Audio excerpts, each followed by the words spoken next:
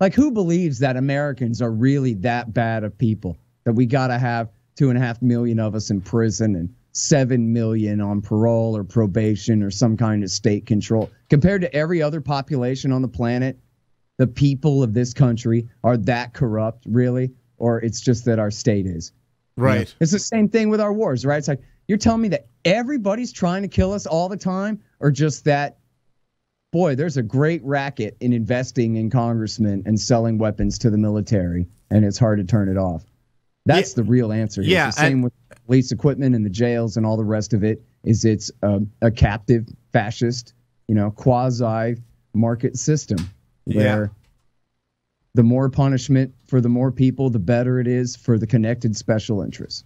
Yeah, you're absolutely right. And of course, you can actually follow these things. Like, you can find, Murray Rothbard used to write about this, and I loved it, but you can follow these things where it's like, oh, okay, so the mythology is like, oh, we have this regulation because, it was like the people demanded it or something like that. And he's like, but you can actually follow the trail. And it's like, no, it's like we have steel quotas because the steel industry lobbied for it. And the same thing with this. It's not like there was there was actually a problem of people smoking pot and then going around and murdering people because they smoked pot. It's like, no. It was lobbied into existence, and it continues to be lobbied to stay. I mean, the prison guard union lobbies for mandatory minimums still to this day. It's obviously a racket. And then the other thought I have is that I really got to say this is maybe one of the best examples, and there's a lot, but I think maybe this video, and then also the Flint, Michigan water crisis. But I mean, these have to be the best examples for anarcho-capitalism. Because say whatever you want to, there is no way any private security force, I mean,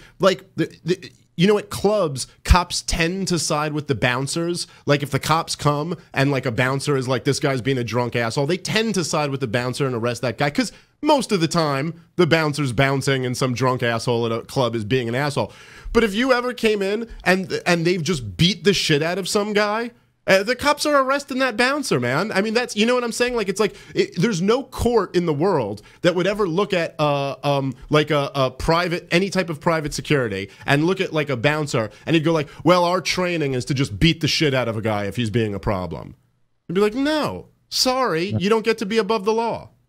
Well, that's the whole thing, right? Is accountability. It goes back to the cop giving the drill sergeant treatment to your mom over the turn signal or whatever it is, to anybody's mom over that kind of thing, is because he knows ain't nothing going to happen to him unless he really screws up and she just happens to be a judge's wife or a state senator's wife or something like that. But for the most part, they can just treat anybody however they feel like, make you do whatever stupid human tricks and degrade you in whatever way.